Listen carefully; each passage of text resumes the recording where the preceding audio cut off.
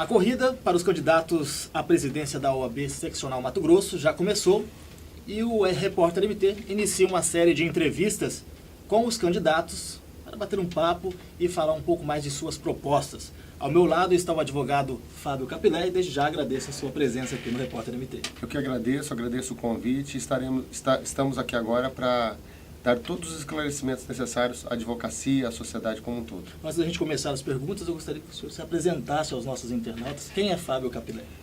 Sou Fábio Capilé, advogado, professor universitário, atuante, advogado do dia a dia, aquele que lida com os problemas do dia a dia, aquele que enfrenta os problemas e aquele que vivencia, acima de tudo, essa advocacia. É importante dizer que essa luta diária, ela precisa ser compreendida para que medidas sejam implementadas no sentido de fortalecer não só a advocacia, mas suprir e sanar todas as falhas existentes no dia a dia da profissão. O que motivou o senhor a ser candidato à presidência da OAB? Motivou principalmente por não concordar com algumas atitudes praticadas dentro da instituição. Exatamente pelo fato de não existir uma política voltada para a proteção do advogado e para a proteção da sociedade. E isso é um elemento que não se restringe só no campo de atuação da advocacia, como política de classe. A sociedade, de uma forma em geral, ela se sente indignada a partir do momento que não tem uma instituição forte para proteger para protegê-la em meio a tantas barbáries, em meio a tanta corrupção. Então é importante que a OAB, como uma instituição forte, ela haja de forma direta e contundente na defesa da sociedade. Qual é a proposta que o senhor tem hoje para os advogados que estão lhe acompanhando aqui, como presidente da OAB? Olha, nós temos propostas para o jovem advogado, nós temos propostas para a mulher. A proposta para o jovem advogado, ela consiste em dar o respaldo necessário para que o próprio jovem advogado tenha condições de exercer a sua profissão. E como que ele vai exercer? Quando ele sai da universidade, quando ele passa no exame de ordem, ele fica num marasmo que ele não sabe para onde caminhar. E para isso a gente pretende implementar cursos específicos voltados para o seu aprimoramento profissional, mas de forma imediata, não cursos genéricos, cursos que venham atender a sua necessidade, como curso de oratória, curso de ampliação de mercados, curso de organização de escritório, curso para a área específica que ele pretende atuar. Mas não é só isso. Ele precisa de uma estrutura mínima para que ele possa dar o primeiro passo na advocacia. E é para isso que nós vamos construir escritórios, modelos exatamente para quê? Para que ele tenha um suporte necessário para ele atender os seus clientes, para ter o seu honorário advocatício, para que depois ele tenha condições materiais de montar o seu próprio negócio. Defendemos ainda a questão da mulher, a igualdade de gênero. A igualdade de gênero ela já é implementada desde já, através da nossa chapa. Na diretoria nós já temos 60% de mulheres e na caixa de assistência nós temos 70% de mulheres. E não é só isso não. A gente defende a prerrogativa, a gente vai defender a prerrogativa de forma imediata. E não só no momento, mas nós vamos continuar dando todo o respaldo e o suporte para o advogado até que essa violação ela se dissipe por completo. E por isso nós vamos implementar uma procuradoria e dar toda a estruturação para o Tribunal de Defesa das Prerrogativas. Defendemos ainda a questão da própria humanização, através de uma política nova, onde todos os advogados, através de um sistema de coparticipação, através de uma cooperação administrativa com a OAB, cogestão, eles estabeleçam as diretrizes através de sugestões, porque a instituição ela tem que se abrir. Aquelas paredes azuis bonitas da OAB, elas têm que se abrir para abraçar e para recepcionar o advogado e a sociedade. O senhor defende transparência. Na gestão atual, o senhor acredita que não tem essa transparência necessária que a OAB precisa? Como que o senhor avalia? Não existe essa transparência. Hoje o que nós temos é apenas um balancete com informações genéricas. Você tem, vou dar um exemplo, você tem informações acerca de viagens. Eu gastei 300 mil em viagens. Aonde está a especificação? Quem viajou, para que viajou, quanto gastou e por que gastou? Então, essa informação você não tem hoje. Então, você nunca pode tratar isso como portal de transparência. Nós não. Nós vamos implementar uma dinâmica no portal onde o advogado ele tenha pleno conhecimento de tudo que é gasto em seu benefício.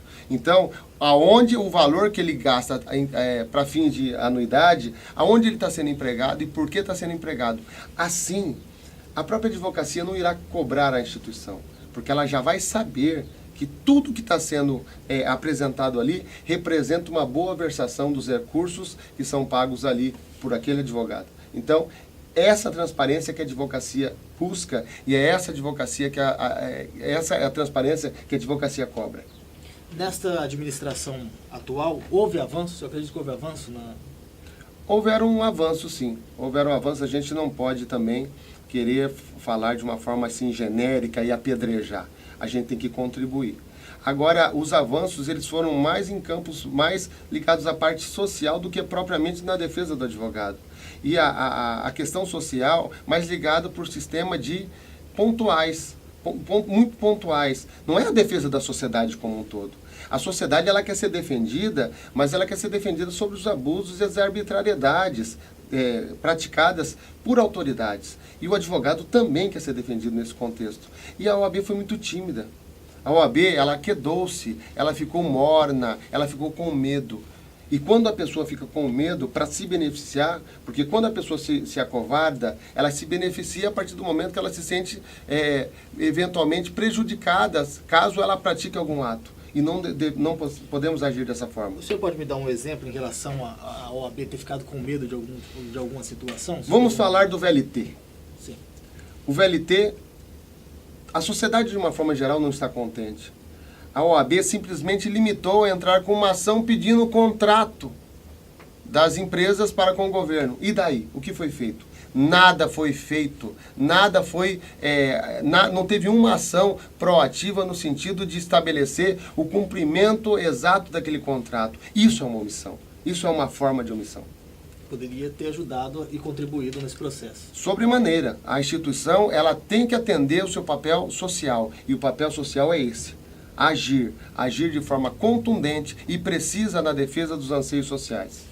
Há um projeto que do Congresso em relação à declaração dos honorários advocatícios. O senhor tem essa informação de que os advogados, se assim for aprovado, terão que esclarecer de onde são os valores recebidos de alguns políticos que estão sendo investigados ou até mesmo de empresários. O senhor é a favor ou contra esse tipo de projeto? Na verdade, é uma invasão do próprio Estado à relação firmada entre particulares. Na verdade, os próprios direitos fundamentais, eles asseguram às pessoas esse sigilo, inclusive em relação à relação profissional estabelecida. Então, eles não podem invadir uma seara que não lhe compete. É importante dizer que o Estado ele vem para quê? Para entrar, quando ele se predispôs a interceder a relação entre as partes, num contexto social, ele tinha como finalidade de dirimir os conflitos. E aí ele está extrapolando as suas ações e violando direitos de advogados. Isso é inadmissível e isso tem que ser combatido. Como que Mato Grosso pode participar desse processo? Qual processo? Desse processo do projeto, para evitar esse tipo de situação. Não, a própria OAB-MT, não só aqui, mas através dos seus conselhos federais, ela deve intervir diretamente, não só visando a comoção social para repelir qualquer ação nesse sentido, mas a intervenção perante o Conselho Federal, para que ele possa agir no Congresso impedindo uma medida tão lesiva dessa natureza. Vamos falar de gestão. O senhor fala em gestão compartilhada. Como que iria funcionar essa gestão? A gestão compartilhada, ela é uma porta aberta para a sociedade. A partir do momento que nós abrimos e nós proporcionamos à sociedade que ela venha participar da OAB, com sugestões, participando também nas ações. Hoje nós temos comissões. Há condição, inclusive, de pessoas participarem na condição de colaboração com a instituição para implementar determinadas políticas voltadas para a satisfação de anseios sociais. Isso é perfeitamente possível, só que a gente não vê esse tipo de ação hoje em dia. Então, existe uma exclusão da sociedade das atividades praticadas dentro da instituição. E isso pode ser implementado, pode ser feito, e a sociedade pode ser abraçada com isso, para que ela tenha condições, inclusive, de estabelecer não só a sociedade, mas a advocacia como um todo, as diretrizes da nossa instituição. os caminhos que a instituição vai seguir. Isso é uma gestão participativa, compartilhada, onde o advogado, sentindo que não está na diretoria, não está na chapa, mesmo assim ele pode dar um direcionamento para a sua instituição, a sua querida instituição. Em relação à estruturação da ordem no interior, qual que é a proposta que o senhor tem para esses advogados do interior? A proposta é a descentralização administrativa da OAB. Nós pretendemos estabelecer polos específicos na região norte, na região sul, na região leste e na região oeste. Visando o quê? Visando estabelecer uma estruturação maior para que o advogado do interior ele tenha acesso a serviços que hoje o advogado da capital tem, relativos à Caixa de Assistência dos Advogados, relativo à Escola Superior de Advocacia e relativos também ao Tribunal de Defesa das Prerrogativas, aonde lá no local onde ele está, ele possa ser resguardado, tal qual o daqui também é. Hoje a gente vê um olho muito voltado para a capital e o interior ele se sente desprotegido. Então, ontem mesmo nós tivemos um relato de um advogado que atua em Sorriso, que ele diz que foi construído um verdadeiro palacete lá através de uma nova subseção, só que só fica fechado. Fica fechado por quê? Porque não tem condições específicas de custear, por falta, inclusive, de verbas de direcionamento para lá. Então, a gente pretende direcionar um maior recurso e a gente pretende, inclusive, revisar os valores dos repasses para as subseções, exatamente para garantir uma sustentabilidade que garanta aos advogados do interior toda a proteção necessária, tal qual o advogado da capital. Falta recursos ou falta a melhor distribuição? Falta uma melhor distribuição. É preciso, por isso que a gente, dentro das nossas propostas, a gente coloca a reavaliação das distribuições das receitas com a finalidade de permitir que as subseções elas tenham melhores condições de alcançar as suas finalidades no interior do Estado. E como fazer isso, doutor? É simples, através de um estudo acerca do caráter de arrecadação e também do caráter numérico de pessoas que ali estão. Tem determinadas cidades, por exemplo, que em um ano elas crescem 10% aqui no Estado. Então a realidade do repasse ele muda constantemente e isso não é revisto para fim de transferência de valores para aquela subseção. E isso precisa ser revisto e analisado de uma forma imediata, visando dar todo o respaldo necessário para as subseções do interior. Para a gente encerrar, vamos falar um pouquinho sobre o exame da ordem. Qual que é o posicionamento em relação à aplicação dessas provas? Eu sou, na verdade, todo o nosso grupo, na verdade, a nossa chapa o advogado, de uma forma geral, ele é a favor do exame da ordem. E é muito fácil entender, muitas vezes, os próprios advogados, eu como professor universitário, e conhecendo muito bem o acadêmico, às vezes o acadêmico chega e pergunta, será que o exame, uma prova só seria suficiente para medir um conhecimento de um aluno? Porque há muitas reclamações em torno disso. Não, é lógico que existem. É lógico que existe, porque se você quer alcançar algum objetivo e existe uma barreira para você alcançar, logicamente haverá realmente uma reclamação sobre isso. Mas a gente tem que analisar também o aspecto pedagógico da própria medida. O exame de ordem hoje está tendo um reflexo muito grande nos bancos das faculdades. As pessoas estão se empenhando muito mais para passar no exame de ordem. E isso acaba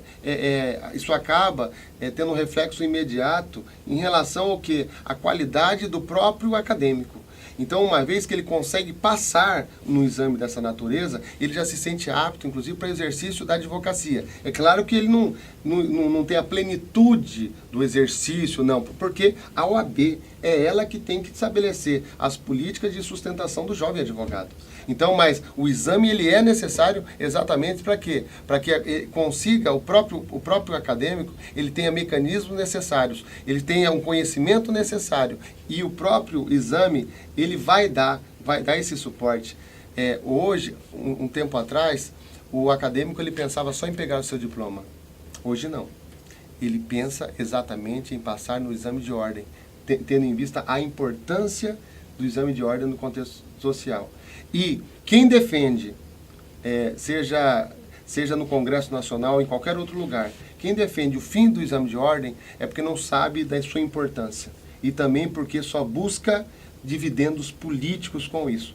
E é por isso a importância da nossa instituição estar desvinculada de qualquer pretensão política partidária. E aí, logo após o exame, entra a parte que você falou, que é a qualificação por parte da própria OAB, né? É, lógico, é dentro do contexto que eu falei para o jovem advogado. Que exatamente fornecendo, dando cursos adequados, dando uma estrutura adequada e elementos para que o advogado possa seguir sozinho e conseguir o sucesso que ele almejava lá no início. Ele sonha em ser um grande advogado. E para isso nós damos a sustentação inicial e depois ele segue sozinho com todo já o conteúdo já consigo. Então ele já tem elementos básicos para ele seguir sozinho na sua carreira jurídica. Doutor, quero agradecer a presença do senhor aqui no Repórter MT e no nosso bate-papo. Eu queria agradecer muito, é uma oportunidade ímpar estar aqui. A imprensa ela tem um papel fundamental no processo de democratização da sociedade e vocês são isso. Vocês trazem para a sociedade toda essa transparência acerca das propostas, acerca dos candidatos e é um orgulho muito grande estar aqui no dia de hoje. Deixa eu aproveitar e pedir o seu voto aí para os advogados. No dia 27, faça a mudança. Consiga a transformação da instituição. É importante que a gente tenha uma instituição forte, uma instituição voltada para a proteção do advogado e da sociedade. Somos da Chapa 2. Somos todos OAB. Conto com você no dia 27 de novembro.